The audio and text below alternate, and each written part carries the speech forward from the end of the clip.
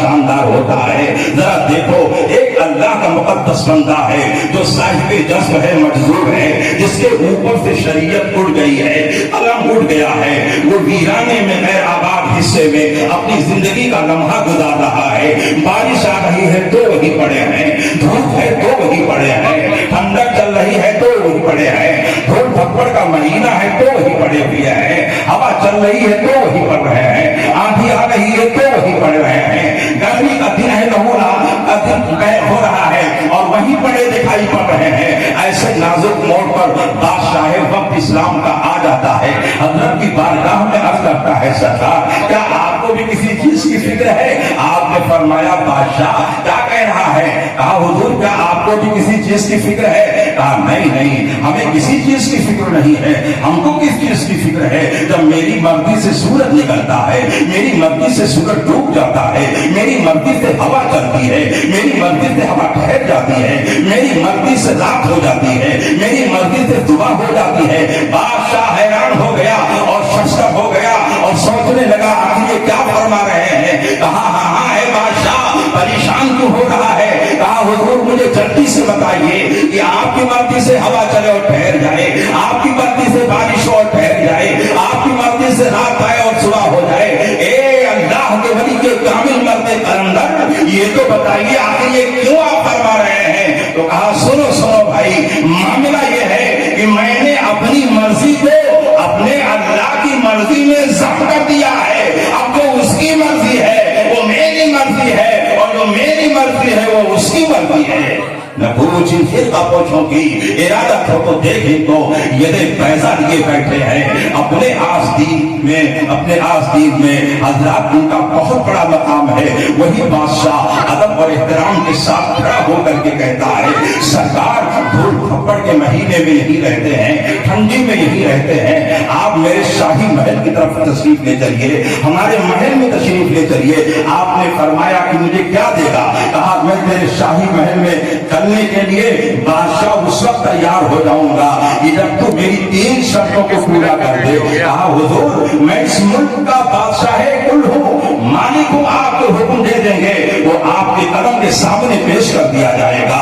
سرکار بتائیے تو آپ کیا حکم دے رہے ہیں؟ کہا بس 3 چیز کے بارے میں میرا آرڈر ہے کہ اگر 3 چیز کو پورا کر دے. دیکھو مسلمانوں, اولیاء اللہ کی شان کیا ہوتی ہے, بزرگوں کی شان کیا ہوتی ہے. آپ نے فرمایا سن بادشاہ جب تیرے شاہی محل میں قدم رکھوں گا تو مجھ کو کھانا کھلائے گا, خود نہیں کھائے گا, تو مجھ کو کپڑا پہنائے گا, خود نہیں پہنے گا, اور جب میں سو جاؤں گا تو ایک لمحے کے لیے تیری آنکھ جو ہے جھپکنی نہیں چاہیے, جگ کر کے میری زندگی کی حفاظت کرنا. اس نے ہاتھ جوڑ لیا بادشاہ نے. سرکار پھر کیسے یہ ہو سکتا ہے آخر خود نہ کھائے اور دوسروں کو کھلائے اور سو جائے, رات بھر وہ نہ سوئے, کپڑا دوسروں کو پہنائے اور خود نہ پہنے. اللہ اکبر. اتنا جب جملہ بادشاہ عاجزی کا پیش کرتا ہے تو اس اللہ کے مرد کلندر کو ملک کامل کو چلا آ گیا اور آپ نے ارشاد فرمایا اسی لیے اے بادشاہ تو جیسے ٹوٹ پوجیے بادشاہ کو اللہ والے خاطر میں نہیں لاتے ہیں. ہے ہمارا ایک بادشاہ ہے حقیقی جو ہمیں کھانا کھلاتا ہے خود نہیں کھاتا ہے, جو ہمیں کپڑے پہناتا ہے خود نہیں پہنتا ہے, اور جب ہم سو جاتے ہیں تو لاتا سنکوں ولا نوم کی مندروں میں رہ کر کے ہماری زندگی کی حفاظت کرتا ہے. وہ کوئی اور نہیں ہے, وہ ہمارا اور تمہارا پروردگار عالم ہے. کھانا کھلاتا ہے خود نہیں کھاتا ہے, ہمیں پہناتا ہے خود نہیں پہنتا ہے, ہم سوتے ہیں تو وہ ہماری حفاظت فرماتا ہے. حضرات ہم کو اور آپ کو چاہیے کہ بزرگوں کے دامن سے وابستہ ہو جائیں. انشاءاللہ اس زمین پر بھی کامیاب رہیں گے, زمین کے اندر بھی کامیاب رہیں گے, اور کل میدان محشر میں